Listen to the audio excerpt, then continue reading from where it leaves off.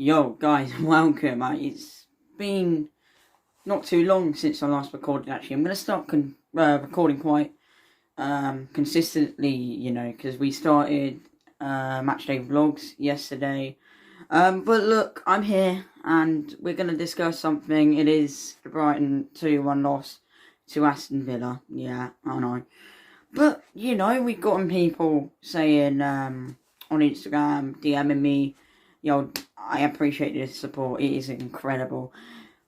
But we are going to have to move on to the Brighton Villa game now. This is basically what I have to say about it. Okay, so let's start off with the game, how it started. Okay, so I didn't expect what happened. Basically, it looked like it was one of the Villa players' feet at the centre-back position. And I think all he wanted to do is really try and play it out from the back, you know, try and find it.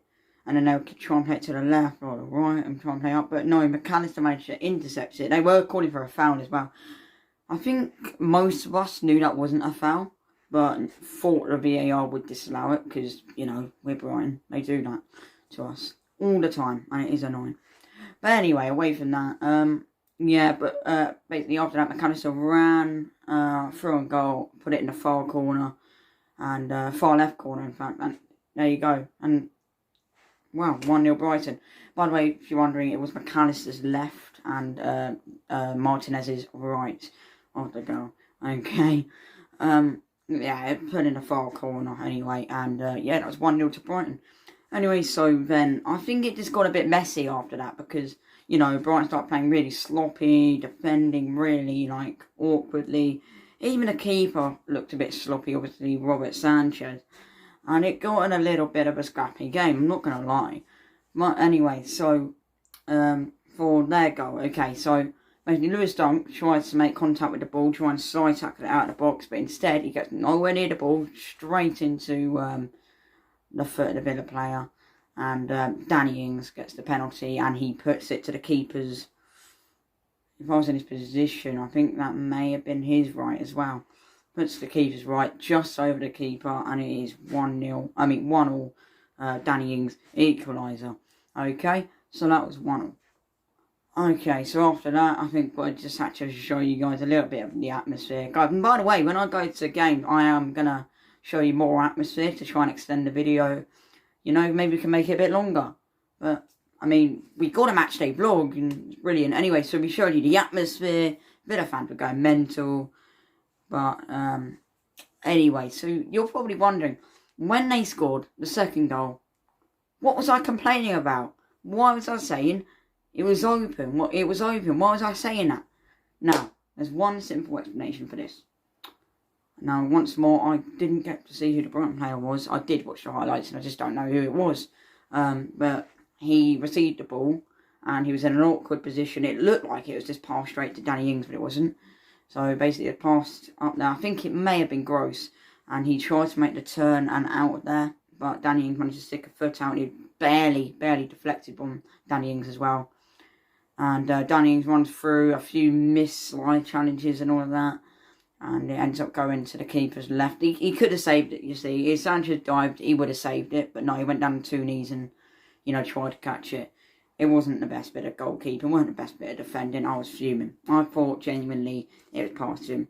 Which, you know, is a debate whether he did. Because, you know, he did kind of boot the ball at the Villa player, Danny Ings. But, I mean, it's a mistake. 2-1 down. I'm like, okay, we can bring it back. But I'm nervous because our striking isn't the best. By the way, our goal was 49 seconds into the game.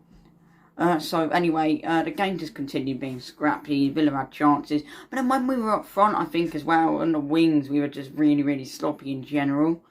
Like, it wasn't the sort of game I thought it would be. Okay, I thought we would be all over them, I'm not going to lie.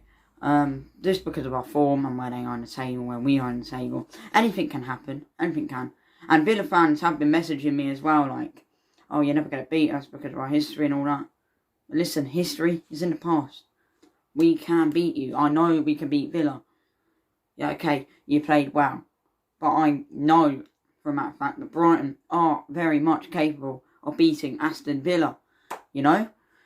And we just can't beat them at home or away. And it is shameful. Really, really shameful. And we never get into referee. I called it a cheat at the end of the video. Simple explanations, right? People are agreeing on this. Even Villa fans are agreeing on this. Some of them. Not all of them. Some of them are agreeing on this. That the penalty on Solly March should have happened. Now, what happened? Right, Solly March on the wing. He tries to cut inside the box. He does that and gets booted right into the side of his foot. And it goes to VAR. And I'm thinking, okay, this has to be a penalty. But in my head, I'm like, per usual, VAR is not going to give it. What happened to my surprise?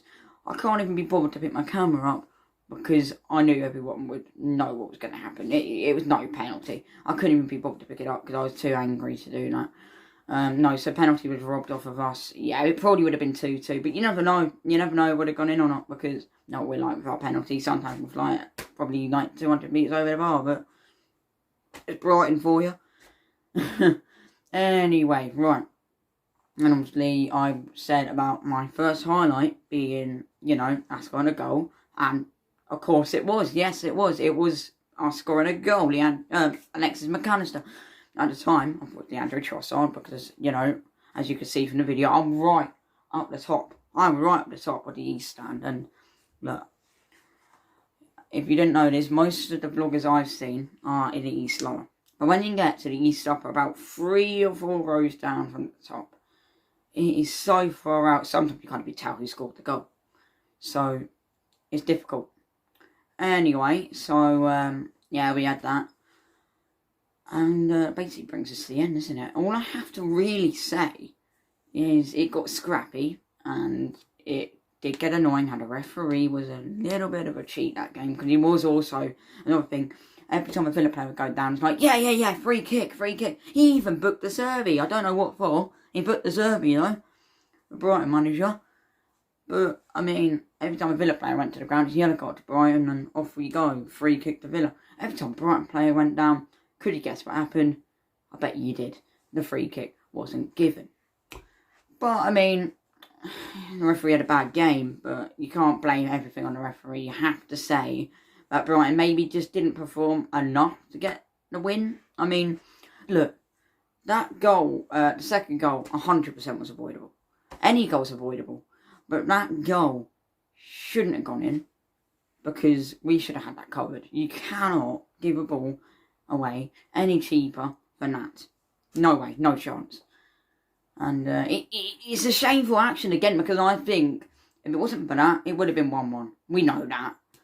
And if you didn't know, this wasn't in the vlog because I didn't expect it to happen. Out of anger, because there was an offside or something, out of anger, Trossard just randomly hit the ball from about 30 yards out and went flying in top corner.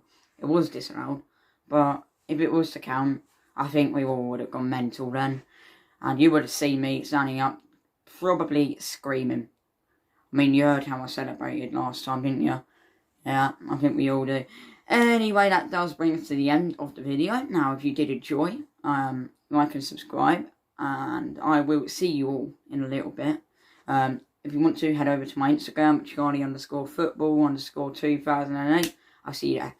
See you in a bit, guys. Goodbye.